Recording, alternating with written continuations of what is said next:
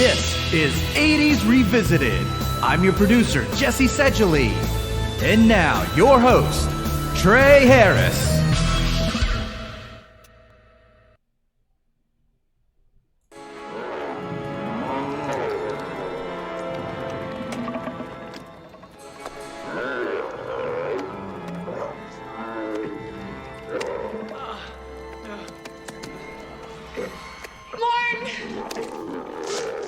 About a telepod sandwich, booger lips. That's what Ernest P. Worrell would say if he were here, which he would have been in 1989 when the movie we're talking about today came out, because we're talking about The Fly Part 2. I am your host, of course, the host with the most, Trey Harris. With me, as always, the fly in my telepod, Jesse Sedgley. Sure, yes I am. Whatever, we got to make it work somehow. Yes. This is our third episode. Should have been the fourth, but thanks to the Echo-sode, we're on number 3 for Halloween Hootenanny of horror this year as we talk about sequelitis. And this week, I forget what I said last week or what I put on Instagram. Let me see. Is that the princess? It sure is. Princess Vespa for our Twitch viewers. Yep. But let's see. There was a condition that I put for this one, and it is. Oh wait, sequel. Blah blah blah. Maybe I didn't put it on here. Never mind. He's daddy issues. That's what I put. Has daddy issues. Yeah, because of course his father was Seth Brundle, aka Jeff Goldblum. Oh, okay. Aka Brundlefly. So yeah, The Fly 2, let's get moving on. It came out February 10th, 1989. IMDb says it's a 5.0. Rotten Tomatoes crucified it at 27% critics and 23% audience. Couldn't find any information on estimated budget or anything. However, it did open at $6.7 million, which is good enough to make it number 1 for the week. It was a light weekend, though, that week. Rain Man was in its 9th week. It was number 3. And the Schwarzenegger-DeVito Classic Twins was in week number 10. And it was open, if I could talk, was at number 7 for the week. Domestically, The Fly 2 would go on to gross $20 million. Worldwide, another 18, giving it a grand total of $38 million. So I would assume in $1989 the budget was not $38 million, so it was a success. So I'm surprised we didn't see a Fly 3 in the early 90s. Couldn't find any information on the rentals, however. But I know it. Probably add another couple million at least to that. This was directed by Chris Wallace, W-A-L-A-S, not W-A-L-L-A-C-E. So I'm not sure if that's how he pronounces it or not. Oh, just Wallace. Maybe.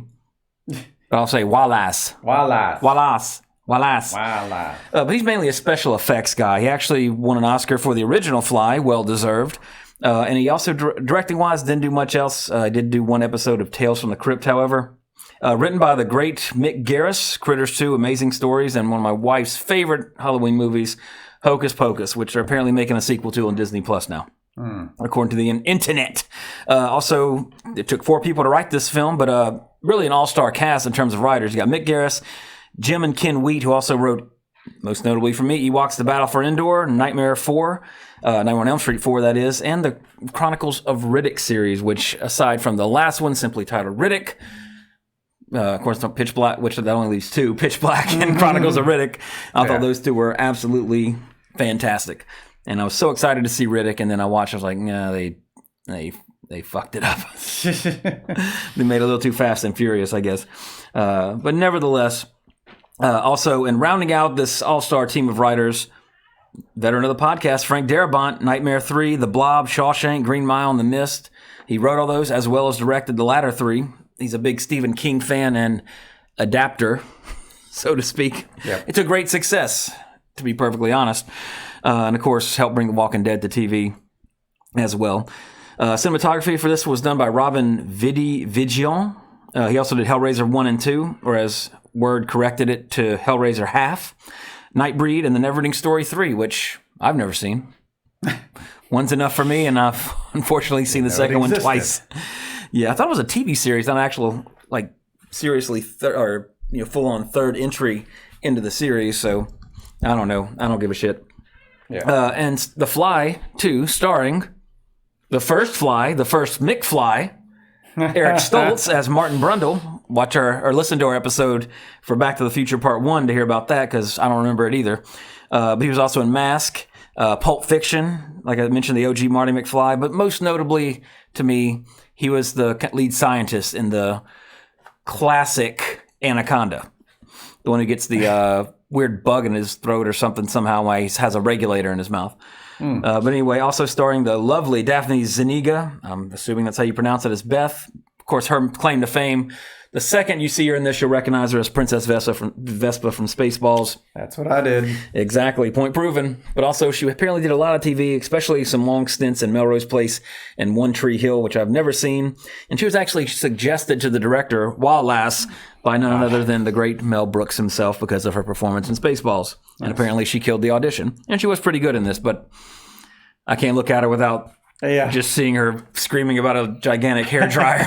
No, she can't live without that wedding dress. Exactly. Lee Richardson was Bartok. He was also in The Exorcist 3, and for the second time in Halloween Horror, a veteran of the film Prizzi's Honor. And also, he was the narrator in the great 80s film Network. Frank Turner is Dr. Shepard. He was also in Look Who's Talking Now and Needful Things, speaking of Stephen King.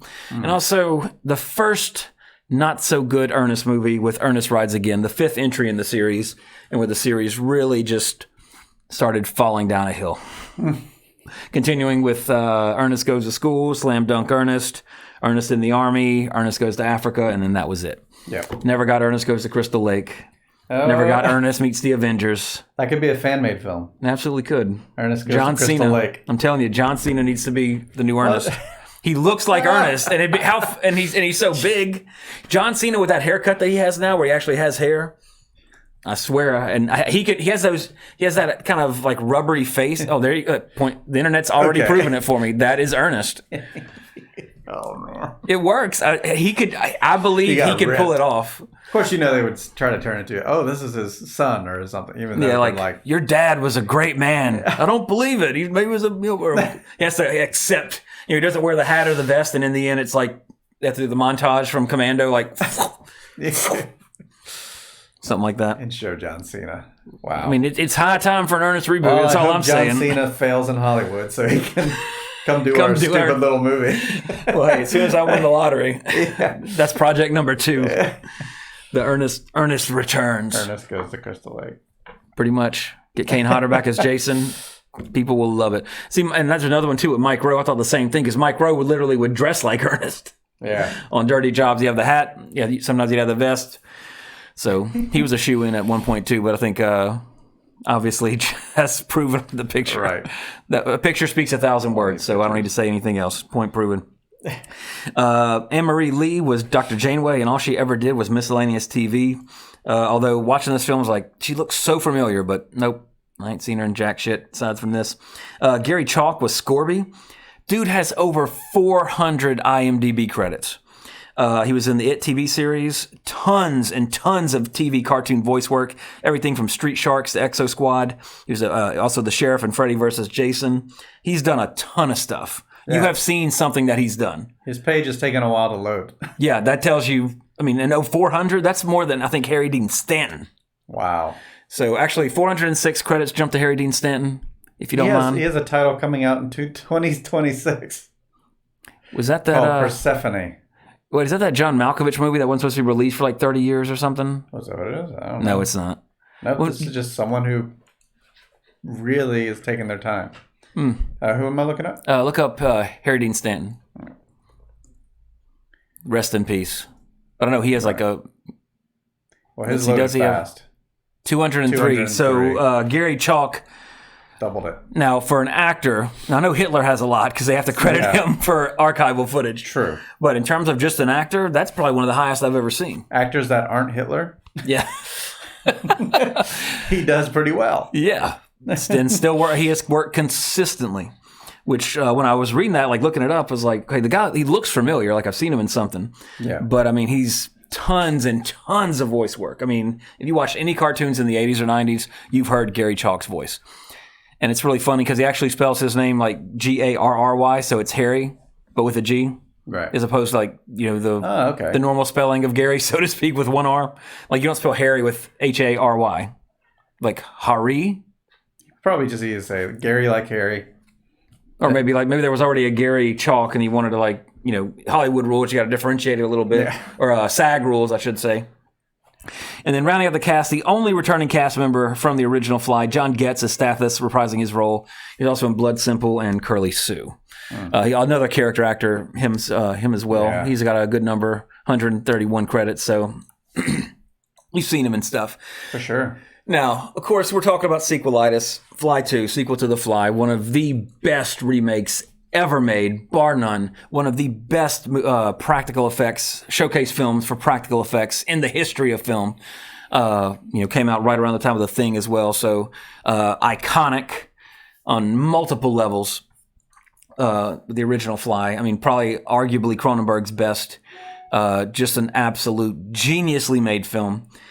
And this film pretty much, I hate to sound like a broken record this year for Halloween Horror, but this is another film where you have a lot of good talent and it just doesn't come together as good as it could have.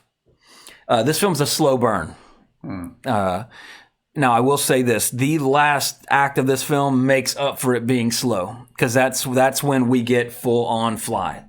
Now, of course, in the original Fly, it's right there at the very end where, the famous iconic scene, Gina Davis has her hand in his mouth and pulls it away, and his whole face, Jeff Goldblum's face just falls off, and he's fully, he flied out.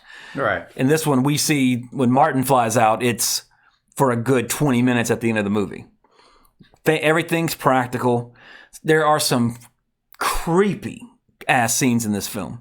And if anybody saw this film as a child, the first thing that you should remember that affected you the most should be the dog. Because you've been watching it today. I'm a dog. I know you're a dog guy too, even though you got 2 cats. I'm 100% a dog person.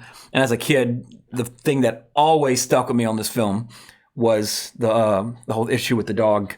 Have you seen the first one? They test the telepods on animals that, you know what happened. Well, in the first one, the baboon turns inside out. In this one, it's a little more horrific. And then, of course, again, now we're getting into spoiler territory as well. This is another one, though, much like Fright Night. Well, Fright Night 2, isn't I wouldn't say a must-see. It's entertaining for the cast. But like Psycho 2, if you haven't seen The Fly 2, go watch it, come back and listen to the rest of it, or watch the rest of it on Twitch, whatever you want to do. Because spoilers start now. You've been warned. So the dog, that turns out, Bartok tells Martin, oh yeah, we killed the dog, put it out to misery, didn't want to suffer. I say years later, but literally just a couple of years later, because Martin has he has the reverse Benjamin Button syndrome. So he's aging fast. So he's technically only 5 years old at the end of this movie. But he's a super genius, and he's Eric Stoltz. But anyway, so he finds out, they lied to him. They kept the dog, kept it alive, suffering, puts the dog out of his misery. But as a kid, like, oh my God, it's the dog. Like, oh, the dog's alive. Like, and then he kills it. Like, oh no, you killed the dog.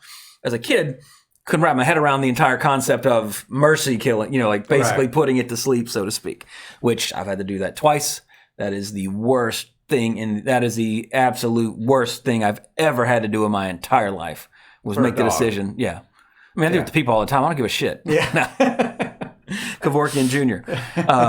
But, that's one of the worst things. And then as a kid, that always stuck with me. And then you get to the last 20 minutes where there are, I'd say, 2 of the most visually horrific deaths that I could think of off the top of my head. If I had to do a top 10 list of the most horrific deaths in any film, one of them would definitely be when the dude gets the fly goo spit in his face. Which is absolutely, watching it again, it holds up so much. It's absolutely terrifying. Imagine the scene from Poltergeist where the dude's ripping his face off, except the dude's screaming the whole time, falls to the ground, it's still burning his face. And this is going on for minutes in the film. So his backup comes in oh, we got a man down. If you watch him on the ground, he's still breathing. The dude is still alive. His face is still melting. It's horrific.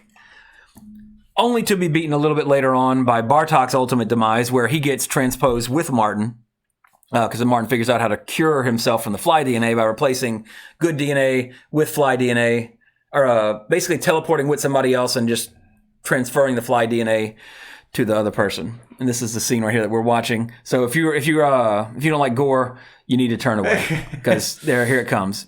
Rips his fucking face off. That's pretty cool. And again, falls to the ground, shaking. I mean, it's it's bad. It is a horrific death. And then between Bartok's death and this dude's death, somebody gets his head flat out crushed by an elevator. and they show it, and it's just like, oh, geez. They do the classic movie trope of like, shot of the elevator coming down, shot of the dude, oh no, shot of the elevator coming down, and then usually you just hear, nah, they got the fake head, a la the very film I'm represented on my shirt, The Toxic Avenger, where the kid gets his head run over. And it looks fantastic. And when I by fantastic, I mean it looks, here it is. It looks incredibly realistic. Well edited, because it's edited so fast and quick that like you don't even get a chance to see the fake. Yeah, it's just immediately, and she's like, that's exactly how I imagine people were. Just, oh my god! And if I had to nitpick the effects at the end, one thing about the first one that's so just like, because it's all about body horror. This series is about body horror. In the first one, he's slowly, his fingernails are falling off, all that horrific stuff. For this one, it happens pretty quick. It's almost like just a day or two. He ends up he cocoons like an insect and then comes out in full fly form. But he's dry. Like if you kind of like see, he almost looks a little more Alien-esque. Not the movie Alien, but just like typically when you see like an 80s Alien movie, the aliens are just dry. They're not like gooey or wet. Whereas in the original one, I mean, he's like just disgusting and slimy, and not that flies are technically slimy, but I mean, he looks a little more like a monster, I guess, like a creature feature, which I mean, technically it is, but he looks a little more like that as opposed to a fly. Again, scientifically, flies aren't gooey, but it doesn't look nasty like it did, like Brundlefly did in the first one. But again, if you are a gore hound, the last 28 minutes of this movie delivers in spades. Absolutely. I mean, it's just like, of course we're spoiling it here, so if you haven't seen it in a while, you're obviously seeing it. But, and also, this side of the Guyver, if you haven't seen the Guyver, you should check it out. Mark Hamill has a horrific death in that film. Bartok's probably right up there with it, because he gets transposed into the fly, but not like the fly that we see Martin, to where he could be a superhero or a supervillain, running around killing people, but more like kind of like the dog was earlier, because it all harkens back to that, to where basically Bartok now they keep him in a pit, like, and feed him slop. They keep him alive to study and everything, so he gets a fate far worse than death. But again, if you've seen this movie on TV, you missed all the money shots. The first time I saw this film was on TV, and like, again, the dog thing is what's always stuck with me. When I got older, and like, when you get older, there comes an age where like, oh, I'm only seeing the TV version of this. I want to see the real version. Had it, like same thing with RoboCop. First time I saw RoboCop was on TV. Saw it a few years later on VHS for the first time. Like, oh my god, I had no clue bodies exploded like that till I saw RoboCop. But yeah, here's like the emergency. Like, that is horrific, that is disgusting. But then he just become, we took a shower between the cocoon and the murder spree. But again, that's just a nitpick. I mean, this film is a slow burn. So you're watching it. There's some romance thrown in there. It's all for character development, which is fun. The first one did the same thing, but you're watching him devolve piece by piece, literally, in the first movie. Throughout the entire runtime, for the most part. I mean, after he teleports, it's like, oh, he gets the hair on his back, he gets the strength, he starts getting the skin condition. It's you're just watching it. Every minute goes by in the movie, it's a little more progressive. In this one, it's like, oh, by the way, you know who your father is now. And it's like the second they tell him who his father is, he's like, no! And he starts flying, like becoming the Fly practically almost. It's almost like he ages fast, so he's like 5 years old. So it's not even like puberty or anything. He just, oh, you're 5, and your father is. Oh, damn it! I got to find a way for this to work. Oh shit! Now I'm a Fly. No, like, there's no real like trigger thing. Oh, and the Fly birth. Of course, they have it in the. I think it's a deleted scene. No, it was a nightmare in the original. And then they go full on like showing the birth and everything in this one. So, and of course, if you've ever seen, if you had to have a child or in the room when it happened, my wife had a C-section. That was horrific enough. And I couldn't imagine them pulling Violet out, and it's like this cocoon thing, and they cut it open, and then it's a baby inside. Like, what the hell is that? So, and this is the mercy killing scene right here, which again, the child in me was just like, no, like, just so saddened by this movie. Yeah. And again, like, if you ask most people, if they saw this when they were kids, most of them will probably remember the dog thing. Yeah. I mean, my best friend Jason, like when we were kids, we're like, "You ever seen The Fly?" Yeah, oh, yeah, the second one, man. The dog. It's like, oh God, yeah, oh man, don't bring. It's like we bonded over the fact that we both hated the dog. The dog scene in it was just so affecting for a young person. Now, of course, had I seen the actual version as opposed to the TV version, right? It'd been all this shit was like, oh God, because again, like that is, I mean. First of all, like what a practical effect. Yeah. This movie was 89. This is 2019. This movie's 30 years old. That looks better than anything in It Chapter 2. Even he does. Wow. For the most part. That's a little stretch. Yeah. A little bit because it obviously. Maybe in some scenes. Yeah, absolutely. No CG. Looks fantastic. Cinematographer wasn't the best. They should have got Dean Cundy. Would have looked fantastic. Yeah. But again, talking about like I mentioned, just like Psycho 2, you got a lot of really good pieces. But I think you had a first time. I think this was his first feature. You have a special effects person doing the directing. Not that that's always a bad thing. Yeah. I would have preferred a DP maybe having their first film directing it maybe, because if the first Fly, Cronenberg's a master of especially body horror type stuff, just making you feel uncomfortable. Watching The Fly 1, I still watch it and get like, ugh. It's just so well done. Directing wise, not so much. The same complaint with Psycho 2. And honestly, Fright Night 2 was pretty much around the same thing. This should have been sequelitis, bad directors. Or, these films need better directors. Because, you got to be a little... and it's special effects guy, so he knows what he can shoot, and that's apparent. But I think he shows a little too much. Yeah. When you see Martin Fly, I guess he's Brundle Fly 2.0 walking, you can obviously, every shot's low. It's somebody, with the big, basically puppeteering the feet.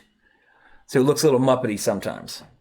But I'm not gonna. That's a nitpick because again, it's practical effects. Mm-hmm. This is practical. That's a dude in makeup. That's Bartok's fate at the end, and that's what he's stuck as for the rest of his life, for however long that might be. So. Again, like horrific, for him. Deservedly so. He's the villain. They make you want him to be this way. And the film really tries to have emotional connections with the characters, which good try, you didn't succeed. Because again, I cared more about the little moment with the kid and the dog is where the emotion is in this film. But it could have been because his real father's Jeff Goldblum, but then Bartok in the beginning is all like, "I'm your father. I love you. You have to stay for your safety." Parts you can see where they were trying to go to have that that should have been a big thing when it turns out his plan was nefarious for him. We're going to keep you here. You're going to fix this. You're going to make this teleportation thing work. And I'll give Wallace credit. This last shot, fantastic. Mm-hmm. Focuses on a fly on the food bowl. Great little in right there. But again, the effects, just because you know how to shoot them, you still need to know. You don't want to let all you don't want to show everything just because you can. The Thing, a lot of thanks to the masterfulness of John Carpenter and Dean Cundy, it's lit well enough. You see just what you need to see. We don't need to see him in every scene. It's like seeing the shark. If you saw the shark in Jaws from the very beginning, it loses its impact in that scene where it first fully comes out of the water, and when it attacks the the first scene where you actually really get a good look at it. When it attacks the scout, I'll say Boy Scout, whatever they were.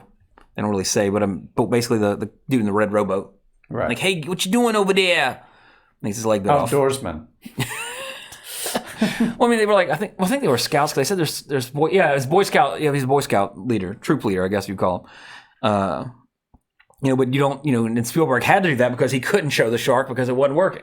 But as he claims, I had to be Hitchcockian because Hitchcock doesn't, that's something he got from Hitchcock. You don't need to show you don't show your cards until you're ready to show them. Mm-hmm. You got to get that moment from the audience. And this does when he pops out, but then it's just like, okay, you see him, now we're showing him the whole time. Whereas in the original Fly, it's, slow decomposition, so to speak, big reveal, and then that's only the last 10 minutes of the movie. If that, you don't even, he's revealed, barfs on Stannis' hand and foot, pretty much, and then basically gets merged with the machinery, comes out, she shoots him in the story. That's you saw what you needed to see for the story. In this one, he's running up walls, hiding Solid Snake style in the air vents, all that kind of stuff. You don't really need to see that. And I think that's a director issue. You didn't just because you can show it, You don't need to show it. Right. That you lose suspense. Not that this is a suspenseful movie, but again, I think it's a flaw in storytelling. Yeah, I would say so. That's a very good way, perfect way to put it. Mm-hmm. Now, I don't agree with our Rotten Tomatoes 27%, 23% audience because, first of all, I think Van Damme Street Fighter is one of the greatest films ever made. So you really can't trust my opinion anyway if you think that film's not fantastic. Right up there with Con Air as masterpieces of acting. According to IMDb demographics, there's one female that is under 18 that gave this movie a 1. That's the only person. The only one person. Probably somebody from under PETA. 18 that's female gave it a 1. That's hilarious. I don't think I've ever seen like just a woman. There's a total of. There's 15 different stats here. Like, for example. There's over 50,000 votes and one person in that. Yeah. Like on this one, there's only. Oh, yeah. Is it 50? Oh, yeah. Well, that's all ages. Oh, yeah, you're right. I was just kind of adding up some of the numbers. There's thousands of votes. Yeah, so but only one person that's female under 18. That's a beautiful and unique snowflake. And only 8 males under 18 that watched this movie, graded a 3.9. They're probably all watching it with that one female, and she was like, "The kids don't like it." And she was like, "I don't like this movie." And they're all trying to date her, so like, yeah, we don't like it either. And they'll rate it low. Well, the highest one was a 7 amongst those dudes. Oh, yeah, I would say that's fair. For the most part, I mean, it's not a bad movie. If you like the first one, it's a worthy sequel for the most part. Again, after you've seen it once, you kind of want it to get to the good parts. It's like I've seen Titanic once. If I ever watch it again, which I obviously will. I mean, I have a daughter; she's going to want to watch Titanic. I'll play on my phone for the first 2 hours, and then once I hear iceberg dead ahead, then I'll put my phone down and pay attention because that's when. That's why I went to see a movie in the theater called Titanic, not for draw me like one of your French girls, which was 2 hours of the movie, and then you get to the stuff you want to see. But nevertheless, made a shit ton of money. So what do I know? Shots. What do I fucking know? Nothing about that at least. But anyway, bottom line, good film. Not again. I've said again like 20 times. That's the word of the day. The word of the day, kids, is again. Yep. Anyway. You said anyway. Not kidding. I probably have. Yeah. I just get those. I get those vocal tics. Yeah. If you listen to the podcast, just listen to an episode. There'll be one word I'll probably repeat about 10 times because I just get it in my head to say it and it just stays there. No. Anyway. Again, anyway. As I said earlier, all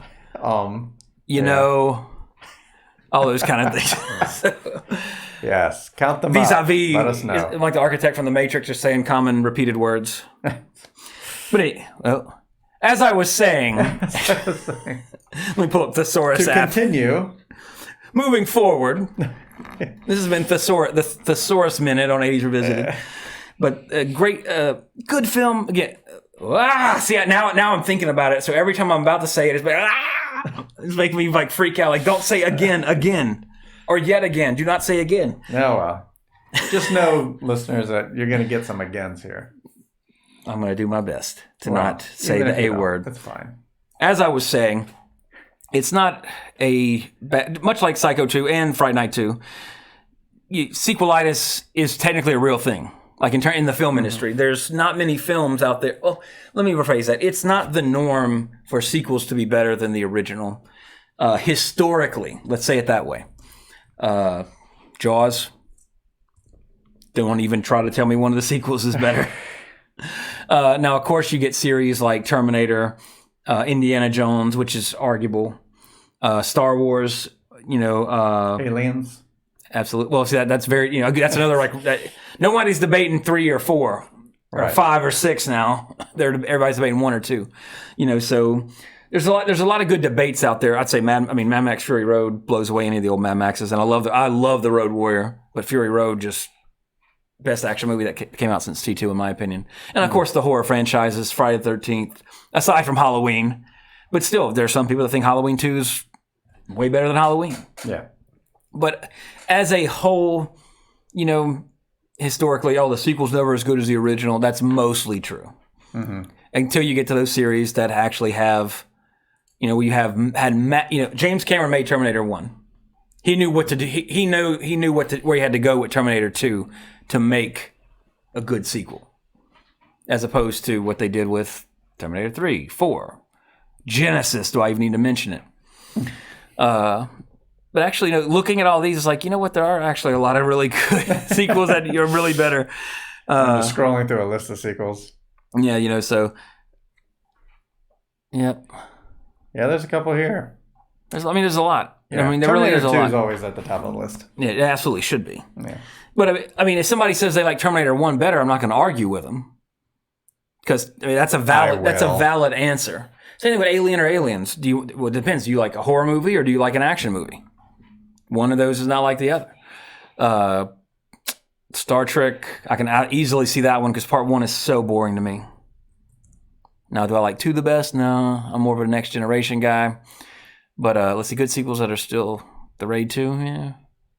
Finding Dory, Kill Bill Volume 2. These are sequels that were still worse than the original.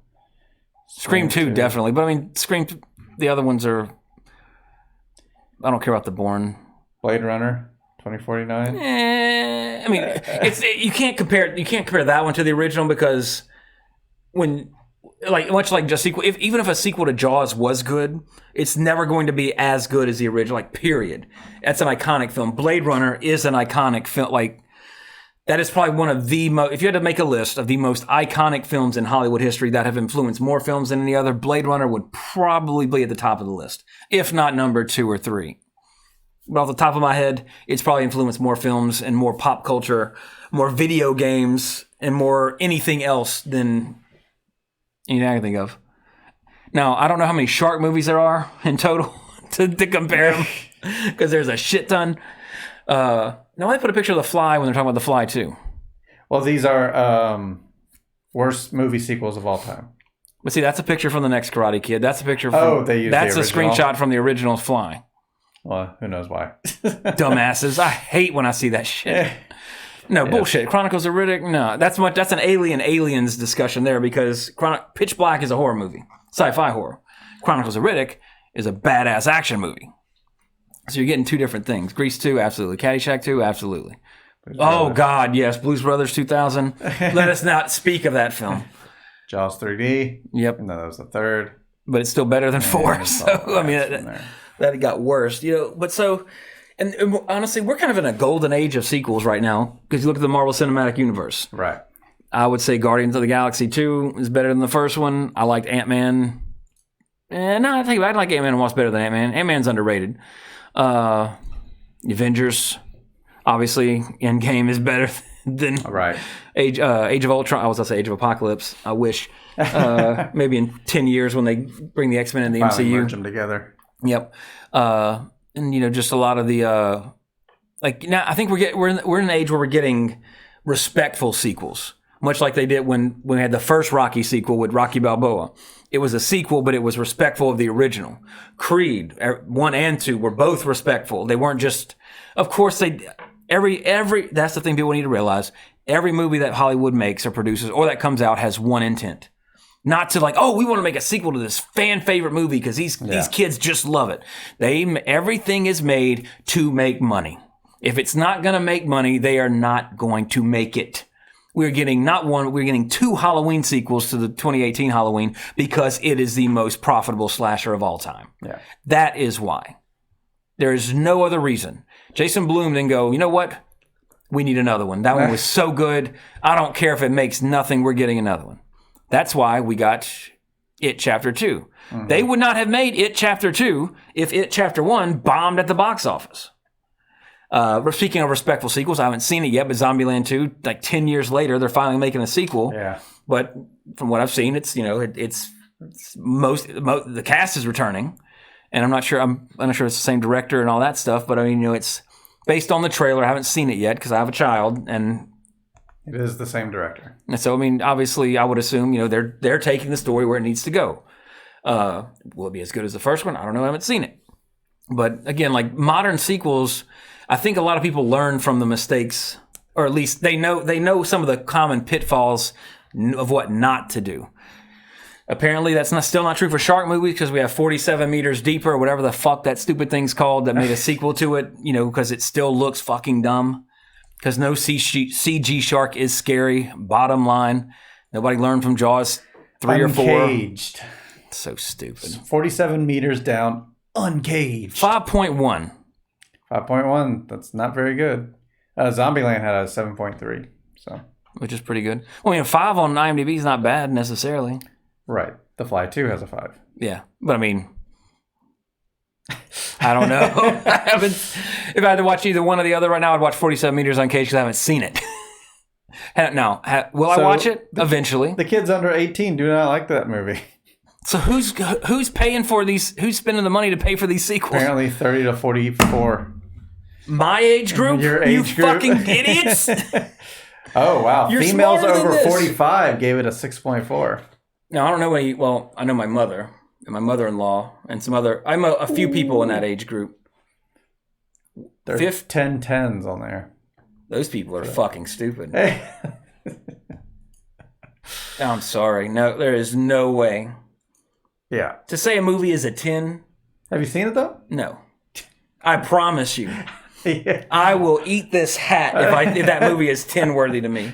I like some bad movies. I might be completely entertained. Yeah. I might absolutely be entertained. But it's not a 10. Do I think so? No. It's not a 10. Yeah, never will be. I joke about how great Street Fighter is, but let's be honest, it's not a 10. On the bad, so bad it's good, or entertainment scale? Yes. Absolutely it's a 10. 100%. Now, if I'm going to be critical and put in, say that Van Damme Street Fighter is on par with John Carpenter's Halloween. A 3.9. That needs to be reversed to a 9.3. Yeah. 3.9 is like way too low for how hilarious that movie is. Yeah. I'm sorry, that movie is so... Now, everybody listening and watching, I know the movie is not good, but it is any movie that can give you enjoyment. Obviously, it doesn't get 62,000 people. Go to the demographics on that just real quick. All right. I mean, tangent sit. Wow, look how stacked that is. So the people who've rated it the highest are 18 to 29s. People younger than us have rated that movie. What year did it come out? 1994. That makes sense. They probably grew up on it. Yeah, which I did. So I saw it in the fucking theater. Yeah. And then I snuck into Hellraiser 4. I mean, these kids were probably like 5 to 7. That'd have been 14. So, and this was post Mortal Kombat. Oh no, yeah, Mortal Kombat was like I think right before. It was around the same time. Which one? Just see which one came out first. Because I think they were kind of like maybe racing to the box office, or Mortal Kombat beat it by a year. 95. Okay, yeah. So they pushed out Street Fighter, and then when they knew Mortal Kombat was I knew it was like right by each other. I can't remember which one came out first. And we got another one coming, huh? Well, another Mortal Kombat movie. Yep, I'm excited. 2021. I mean, after Armageddon, it can't get any worse, can it? This is me knocking on wood. If you're listening, if you're watching, you can see it. But anyway, back to the tangent over. Tangent closed. Okay. Because we're talking about The Fly 2. Anyway, we were talking about The Fly 2. Yeah. But anyway, getting on to the trivia, the first videotape of Seth Brundle where he's watching it is actually a deleted scene from the original, which is really cool. I always like when they do stuff like that in a sequel, because it's something you haven't seen, but so you're seeing it for the first time too. And it's not like they had to go back and pay Jeff Goldblum to put on that makeup again to film like, yes, you got to do this. Blah, blah, blah. Yeah. So they just had it. That's it. And, working with what you got. That's because I think that's when in a lot of the best movies out there, John Carpenter's Halloween, I'll go back to it. Perfect example. Texas Chainsaw Massacre. Low budget movies, most often horror movies because they don't have the biggest budget until you get to the It's of the world where you need a whole bunch of CG bullshit to get your point across. When you have a limited budget, you have to work with what you have. And I think that's what really proves a director's skill. Look at Halloween. They had to basically paint leaves brown because they're filming in Southern California, where the leaves don't turn brown when they're filming. Dump them out on the street, pick them up between takes, and reuse them. And that's a budget-saving thing. But, I mean, all the camera techniques, everything, it's all like, I have this much money, I have to make it work. That makes filmmakers get creative, and that's how you get amazing things come from that. Yeah. You have to make, I mean, this is a horrible example. You have to MacGyver it. There's a better example. I got a paper clip, empty Sprite bottle, and a dog turd. I got to make a CD player out of this shit. Yeah. Make it work, you know? And that's, like I was saying, that kind of proves, or that shows skill, skill of filmmaking with it. Yeah. No, so it wasn't, I was assuming it was puppeteered, but it was actually stilts, hand stilts and all that. So that's interesting. Because the way it walks, it definitely looked like, like the Muppet walk. Yeah, we're looking at a picture of the Fly. From this, but he's kind of hunched over on all fours, and using poles for the hand. If you're on YouTube or Twitch, you can see this as well. So that's interesting. This really pissed me off. The original telepod props from the original Fly were destroyed after filming. Nobody on the set was like, that's kind of fucking cool. I want to keep that. And so they had to rebuild them, which is probably why the second telepod in this film has a door that doesn't have glass. When the first one, they looked identical, which is why when in the first one, that great jump scare where Jeff Goldblum's looking into the pod to see if the baboon survived, and all of a sudden the bloody inside-out hand flops against the glass. Ah! Yeah. Gross, scared, looks good. But the telepod design is iconic, and that just, of course when you're making a movie, you don't know.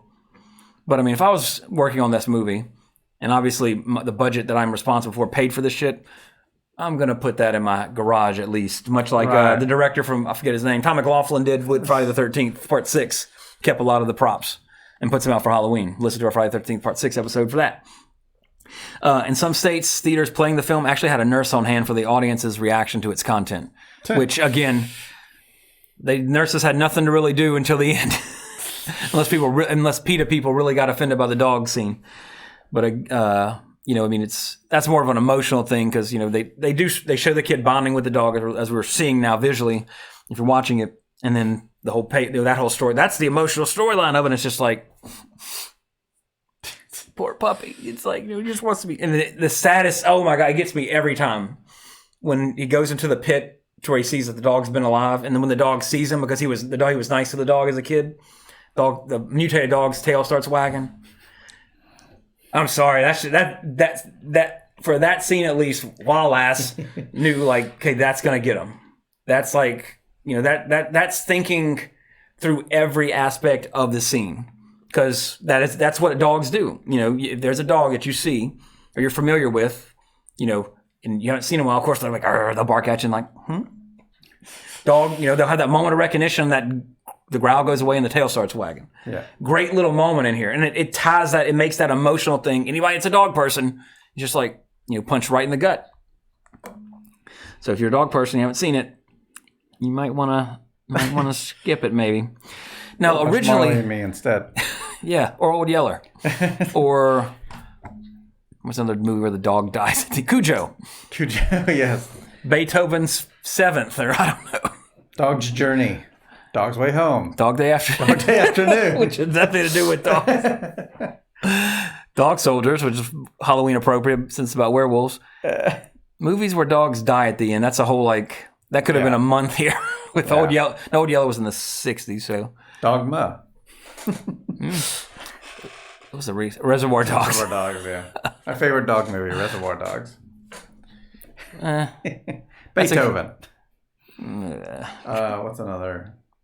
Oh, but the first one I called out was Isle of Dogs. Cats and Dogs. Oh yeah, Isle of Dogs. Which was fantastic. Oh, we're trying to think of good ones. I thought we were just naming dog movies. Dodgeball and Underdog Story. Oh. No, that doesn't work. That's a stretch. Anyway, they originally wrote the role for Eric Stoltz, which is weird because they actually also offered Josh Brolin auditioned, and then Keanu Reeves actually turned it down, which we all know exactly what would have happened when a telepod works. Whoa. So at least I didn't get Owen Wilson wondering, wow, these telepods are just, wow. I don't say wow that much, guys. Why is it a big issue? Wow. And then, of course, cut to the mega cut on YouTube of 45 minutes of Owen Wilson saying wow in all of his films. Wow, I'm a fly. Wow. They also blah, blah, blah, blah. Vincent D'Onofrio was also one of the choices for the role and is nearly cast, but his screen test didn't go well. But Eric Stoltz, again, they wrote it for him, but he didn't accept it at first. And then after I went through a couple of rewrites, he was like, oh, guess I'll do it since I got kicked off of Back to the Future and totally screwed over my career by not being Marty McFly. Although this was usually whenever you see something in a film that looks purposeful in terms of like product placement by Taco Bell. That's a movie reference. If you get that, you win an O-Prize. But anyway, there's a book when the child Martin is sneaking out of his room that's blatantly facing the camera, as in like this book is there for a reason. All right. So obviously, as a screen watcher, I'm like, oh, that book, The Shape of Rage. Wonder what that's about. So of course, look it up. It was a book about the writings of films of David Cronenberg, who of course directed The First Fly. So it's sort of an in-joke, sort of to him. Chris Wallace, he actually turned down doing the effects in Gremlins Part 2, The New Batch, a sequel that is arguably better than the original, depending on your taste, to direct this film. So I'm not sure no information who they possibly would have gotten had he not directed it, but they probably could have got somebody better, and it probably would have been a little bit better. As evidenced by he directed one episode of Tales from the Crypt after this, and that's it. So that speaks louder than I ever could. No offense to Chris Wallace, you made fantastic effects. Wallace. Stick with your effects because you got an Oscar for it. Stick with what you know, much like Rob Zombie should. There's the one mention of him for this Rob episode. Zombie stab every episode. Just stick that knife in just a little deeper each episode. But let me see. In the film, Martin Brundle, due his inherited mutant genes, ages a lot faster, which is, in appearance, he's 20, but underneath he's a 5-year-old boy.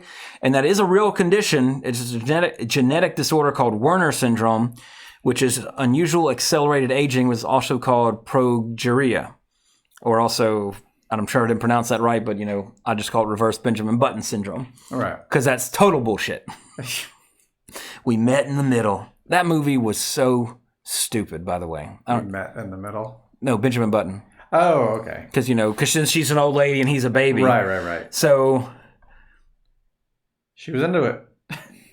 No, but I mean, the thing is, she eventually has to watch a baby die of what? I mean, does he just mutate into a fetus outside the womb and just like, what a horrible way to die? It's like, does she, at some point abort him? I mean, but he's a baby. It's like, of course they don't go into that in the movie because it's a drama and it's it's about how they're meeting. Like they say, we met in the middle or whatever. It's just. Oh, I don't even know what the tagline is. I don't know if that was a tagline or not, but when I saw that David Fincher was directing, I was like, oh, there's got to be something fucking dark and twisted about it. Time is passing, even backwards. That's dumb. Movie was stupid. Budget of $150 million. Jesus Christ. You know how many Friday the 13th you could have made for that? We could have revitalized every slasher series and made way more than that movie ever made. It won 3 Oscars. What did it win for? Like, makeup? Let's see. Best achievement in art direction. Makeup. Visual effect. That makes sense. All those things, yeah. Obviously a de-aged Brad Pitt and all the CG stuff, putting his face on actual old people's bodies. Nominee for everything else, though. No. Best picture, actor, actress, directing, screenplay, cinematography, editing, costume design, music, and sound mixing. No. Just my opinion. Crazy. Overrated. Just dumb. And a stupid name. The Curious Case of Benjamin Button. That should be like a Tales from the... I'm sorry, not Tales from the Dark Side, but... or The Crypt. Well, it could have been either one of those, I guess. But what I was trying to say was, Are You Afraid of the Dark or something?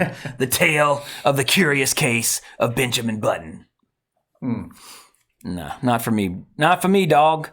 The cover almost looks like a movie about somebody transitioning from Brad Pitt to Cate Blanchett. Yes, that's what it is. That's what it looks like. Because you give a little contour to Brad Pitt and some highlighter, I think they could pass for each other.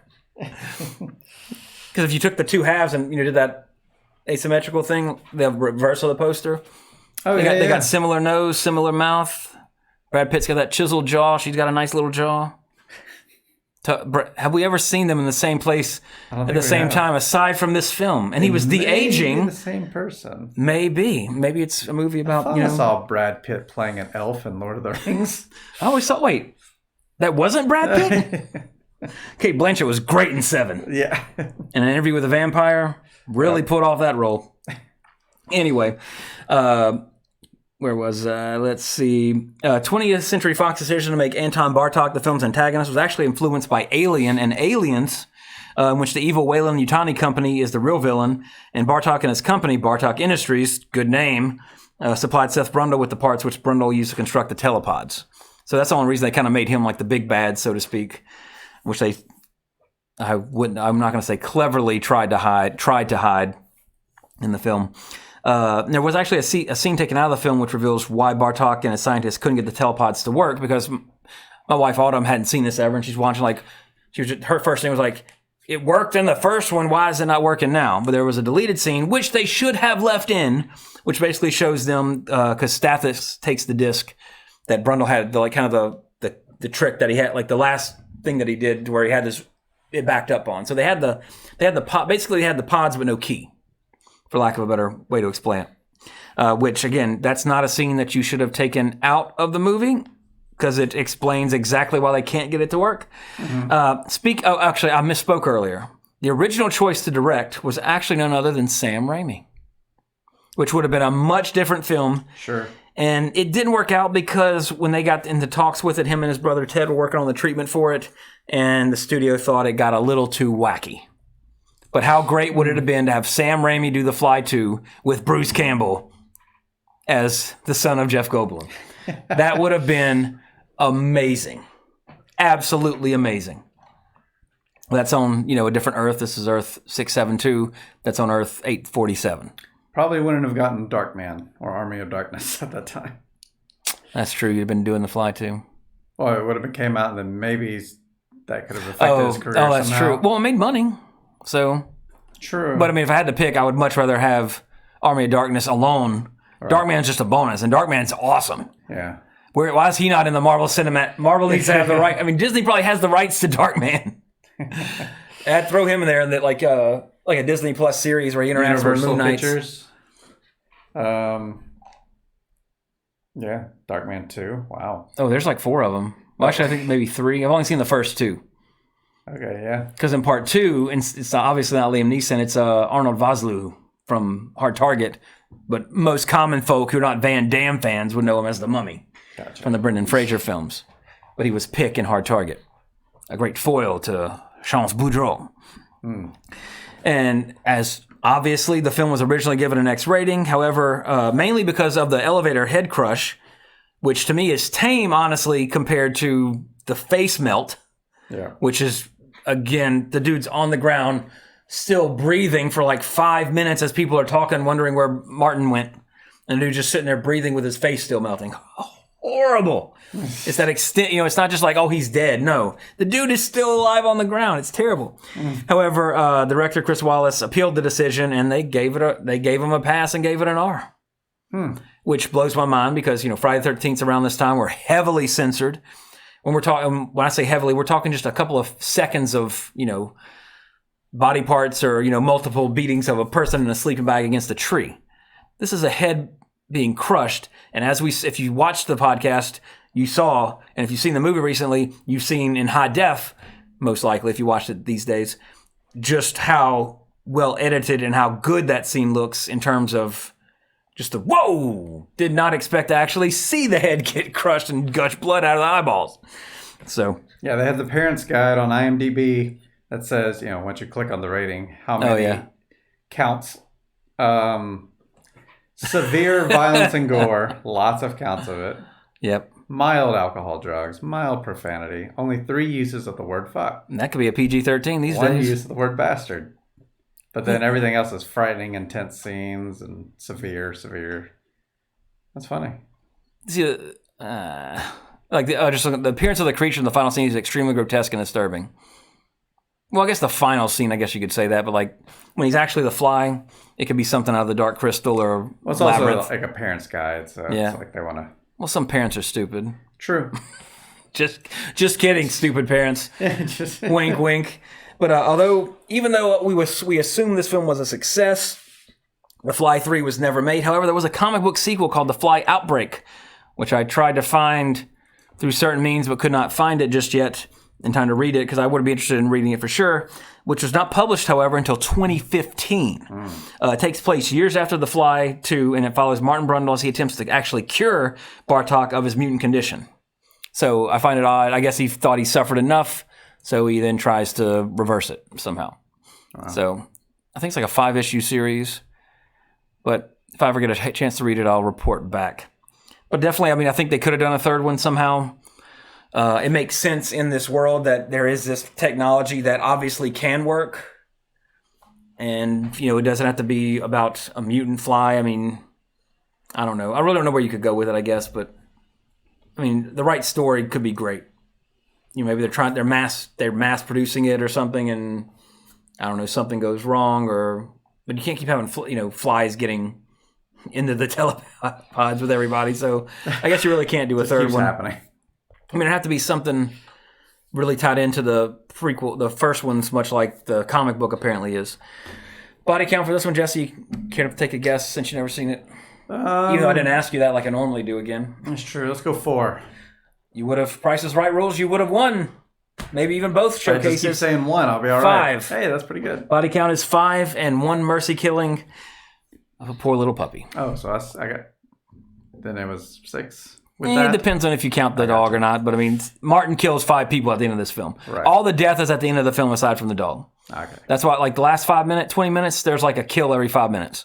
And again, 3 of them are pretty grotesque. And speaking of the scientist, Dr. Leonard, what's his name? Dr. Shepard. He's the one that Martin Fly's dragging around by his necktie. Mm-hmm. And there's a scene where one of the security guards, I think the one that's about to get his face melted, he opens the door and he sees Martin stand. To Wallace's credit, and again, I'm saying that sarcastically, Chris Wallace. Was it Chris? Yeah, Chris Wallace. Just because it's funny and it makes me think of The Simpsons with Clinton. Clinton. That's what I'm imitating when I do that with Wallace.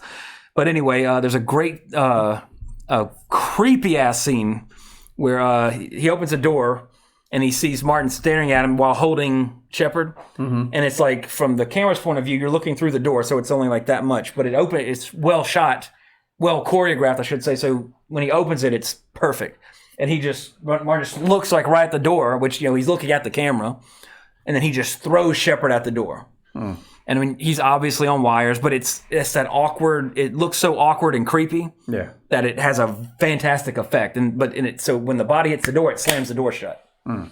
Great little scene, to Wallace's credit. Wallace. One of the better scenes in the film. Score-wise, again, it's kind of a theme for these, although I will say it will not be the theme for the next 2. Let me phrase that. 1, not for the next one, because I'm not sure if we're going to be able to fit in the other sequelitis one we were going to do due to the Echosode. But if we do, we do. If we don't, we don't. But there will definitely be at least one more. We'll see if we can get the other one in. But the only time will tell for that. If not, I'll save it for another one. Right. But anyway, so for the next official film and the next possible one that we can fit in, that's not the issue. Right. So it's really it's funny looking at these first 3 with The Fly, Fright Night, and Psycho 2. How again all of them had and there was again and again. And again. And again. No. It never stops. He's in an endless loop. So great. You have these pieces, and there's one squeaky wheel, and for all 3 of them, Fright Night 2 really not Tommy Lee Wallace, because he's a good director. I think he's done some stuff that's well done. I just think Fright Night 2, honestly, that's more script. I'd say that was more a script issue, a writing issue, because it wasn't funny. You say Tommy Lee Wallace? Yeah, not for this one. That's the 2013 one. Looking at the wrong one. With the lovely lady from I forgot what she was from. Yeah, whatever she was from. Yeah, but definitely Psycho 2 and The Fly 2 both, I think, suffered from a directing issue to where some better direction in terms of the tension, which is necessary for a horror film. It is absolutely. Tension is a vital component to any good horror film. Yes. Even in Fright Night, the original Fright Night, there's tension there where he's dancing with Marcy Darcy and all that, and Brewster's working his way towards him. Even though it's comedic and kind of silly by today's standards, there's still a degree of tension there. Yeah. That's, your hero has to be in peril in a horror movie. Everybody has to have some threat in a horror movie. If you don't have that, it's not a horror movie. It's I mean, then it's a scary movie. And by that I mean Keenen Ivory Wayans directed scary movie. So and that's and there are moments in Psycho 2 where there's tension. There are moments in The Fly 2 where there's tension. Again, the last act is great. That's where we're moving from romantic sci-fi film into horror film. Aside from a few little things early on, where the dog's in the telepod, comes out, bites the dude's hand, that kind of thing. A couple of gore effects in the beginning, but that's it. But I mean, that's not necessarily horror at that point. But then when this movie turns on the horror switch, it goes full tilt boogie with horror. Yeah, and it needed to be more balanced, and that's all in Chris Walas's hands. Wallace. So score-wise, if the last 10 minutes didn't happen, I'd say IMDb's right on this one with a 5, I believe it was. But the last 10, 20 minutes of this film, creepy, some of the best practical effects in any 80s movie. This is the end of the 80s. This is 89, what did I say, February 10th, 1989. Tail end of the 80s. And it shows in terms of like the effects. I have to look at a list of movies released in the early, after this in the 90s. But this was probably one of the last, in terms of a horror film that I could think of off the top of my head. I would say a benchmark in terms of like, you got American Werewolf in London, The Thing. What am I missing in the 80s? In terms of big practical effects, horror effects, I should say. I put this in that same category. The original Fly, the original Fly being there too, and this one stayed true to the original with the effects. Of course, you have the Oscar-winning guy directing and also doing the effects. Should have focused mainly on the effects. Get an actual seasoned director. That 5 might be on IMDb might at least be a 6 or a 7, I'd say. It's all in, it's the director's vision that comes to the screen, and his vision was a little too well lit and a little too, I don't know, not quite in the same vein as the original. So, again, damn it, I can't stop myself from saying that stupid damn word. Anyway, it's because I made a big deal about it. Right. I made a big deal about it, so now it's just my brain's just like, oh, that saying word it again and again and again. You're gonna keep doing it. I have a mental tick when it comes to that. Yep. But much like the other ones, so much potential, not wasted because it's worth watching if you like the first one. It's worth watching alone just for the gore scenes. Although if you want to watch the movie, save yourself some time, go to YouTube, like we showed in the bottom, on a little VHS pop out. Yep. You can pretty much see the kill scenes on there. Yeah. So if you just want to check out the gore scenes, that's fine. Although, again, God damn it. I can't. It just comes out so fast. You scared someone driving with that one. Oh, shit. But anyway, I have to say that again. Anyway. God damn it. That ticks me off. Well, you'll get better at it. It's okay. Well, it's 'cause I'm talking fast is the problem. I mean, we just started doing this podcast, so. Yeah, well, we did 200 some episodes like a month, right. So and it's been like 6 years, 7 Still years. Fresh. Absolutely. So, continuing in the real world. Because of the last act, I would say this film's a 7. Because only because of the end. If I watch this again, I don't need to watch the beginning or the middle. I'd watch the end, and it's got enough creepiness and gore to like, yep, I'm good. Watch Fly 1, last 20 minutes, Fly 2, on to the next series, whatever I want to watch. So literally, I would give it 2 points just for the last act. As a whole, if I couldn't, if you want to be honest, like in terms of the auteur score, what would Scorsese or Francis Ford Coppola give this? Well, I'd give it a 1 because it's garbage. Yeah. It's like Marvel movies. This is just stupid. Just being facetious. Yeah, they've been hating on those. Oh, I'm sure. Oh, I'm in the 80s when slasher was king for the entire decade, pretty much. That was the cinematic universe of the 80s was horror slashers. So I'm sure somebody said plenty of shit about that. I know Siskel and Ebert did, for sure, because they hated them. Most of them, although they loved Halloween. Good on them.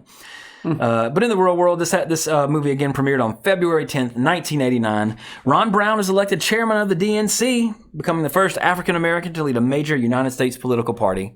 And unfortunately, political parties still suck in this country.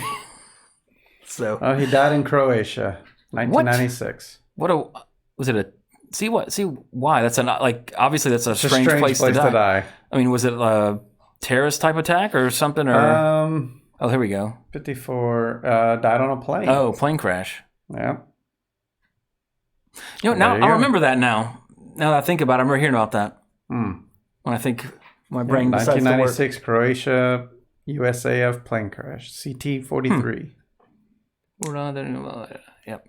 Everyone is killed instantly except for Sergeant Shelley Kelly. Shelley! Sounds like she's it could be a dude. Let's not assume their gender, Jesse. Well, it said she, right? Oh, never mind. I missed that part. Didn't it? I thought it did. I don't know. Either way, it sounds like someone from a Marvel comic. Yeah, like Shelley Kelly. Shelley Kelly. Did they die, though? Yes, or she did. Afterwards? Yep. I see now. Oh, a flight attendant. So it probably was. Well, now you're assuming. You can take you can take the person out of the 80s, but you can't take the 80s out of the person. Let's just say Vegas odds of a person named Shelley. Right. And it is, and they're saying they're a flight attendant. They absolutely could be male. But I'm going to put on my common sense hat, and if I had to place a bet on red or black, I'm putting it on the one that's for female. Right. That is an educated guess if I had to guess that. That is not a stereotype, just a guess.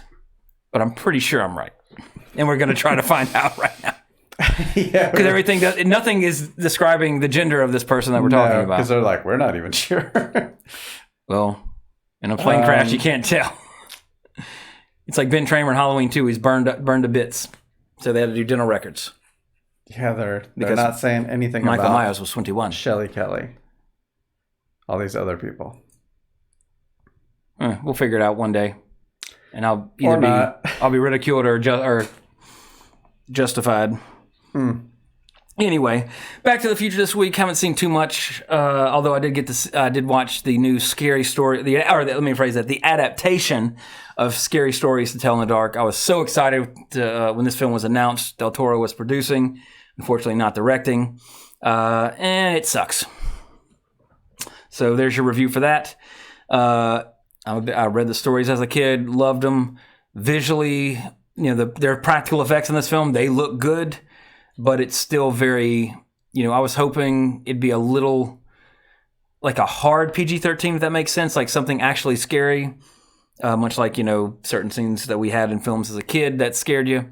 This one, aside from the big fat woman walking towards a kid in the film, that was the only really creepy thing. Shelley Kelly's a she. There you go. See, I didn't assume the gender. I knew that. I was just seeing who was going to get mad and send me an email. Right. And you probably already sent it. It's true. Because you got so irate that I said that. I was just testing you. You assumed my ignorance. Fuck you. She will be missed. Absolutely. That's a horrible. I would never. That's a horrible way to die. So yeah, that's the only real thing I've seen. Been watching the Creepshow show on Shudder. It's been entertaining to say the least. Not as good as the segments in the actual films, I'd say, but still great fun, bite-sized horror. 30, 40-minute episodes in and out. Works really good. Good to see some familiar faces that pop up in them. We're recording this on Thursday, the 24th? Yeah, 24th. Tomorrow night, Joe Bob comes back on Shudder hosting his Halloween Hootenanny. So, as you're waiting for that, you can listen to all of our Halloween Hootenannies that we've been doing for many years. Go back and check our old ones out. They're all on iTunes. I don't think any of them, maybe last year's might be, well, some of last year's are definitely on YouTube since we didn't finish them until this year. Some of the old ones might be on there too if you prefer YouTube, see how much we've aged over the course of what a podcast does to a body. No kidding. But they're all on iTunes and everything, so check those out to keep you in the Halloween spirit. Didn't get any emails this week after last week, so I guess we did a really good job because nobody had anything to say. I'll take that as a win. If you got something to say about me assuming Shelley Kelly's gender, you can email me at 80srevisited@gmail.com or 80s_revisited on Instagram, Facebook, 80s Revisited podcast. Sure. Something like, just search it, it'll come up. You'll see the logo. Obviously on YouTube. Yeah, this episode's on Twitch, so you can find. We're so you can good check at it out. This whole branding thing, social media thing. We're Gen Xers. We kind of know what we're doing, but we secretly still don't know what we're doing. We know how to use Google, but we don't have to ask anybody how to do it. We can figure it out. Somebody else. What the fuck? Yep. Somebody made it. When does that? Can you see when that page was incorporated? Well, they have the @80s Revisited. Motherfucker. 2000. I don't know how old it is, but it's inactive. Oh, well, page created October 12th, 2013. Jesse, when was our first episode? 2011 sometime. Somebody stole our shit. I guess we didn't make the... we didn't... Well, page. I guess when we started this podcast, it was all about... Awesome Pods. Yeah, right. It was all under that, so we didn't need to worry about that. You snooze, you lose, McFly. That's okay. We have 80s Revisit... Twitch.tv/80s Revisited. There you go. No one beat us to that. Yeah. The future is ours. We control the future now. As long as this is Keep the future. your Facebook page. Twitch is ours. That's right. We opened the box. And now we have such 80s movies to show you. But anyway, if you like our podcast, check out the Something Something Podcast Network. Our good friend Ben, the Tasmanian Devil Wyatt, down in Tasmania. Obviously, since I gave him that nickname because of that, not because he talks like blah, blah, blah. Right. Check out the podcast he does. Some fantastic stuff on there. I am so far behind on his stuff right now. I can't remember the last episode that I listened to. It's been so long. And also, if you like Twitch, check out Jesse's wife on Melissa Sings and Jesse and his wife Melissa on iHeart Board Games. That's right. Twitch.tv/Heart Board Games. Leave the I out because there's no I in board games. That's right.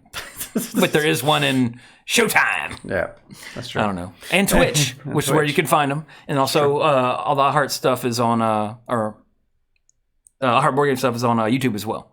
That's true. That's how I watch it because my smart TV doesn't have Twitch, but it has YouTube, so I can watch them on my TV on YouTube. So right now we're going through the Betrayal Legacy series on Which YouTube. One? It's the Legacy game that's you can probably see behind Trey if you're watching us live. Yeah, that one. It's like a Legacy game means it has a starting and an ending. So yeah, we finished it though. It's good stuff. Awesome. Much like this podcast has an ending, which is coming up right now. So next week, let me see. Okay. Since I really don't think, because we got a Halloween party this weekend and the next week's Halloween stuff with my child, so we're more than likely not going to get to the film that we would have done, the fifth film. I'm just going to go ahead and say that just so we don't have to try to stress over it.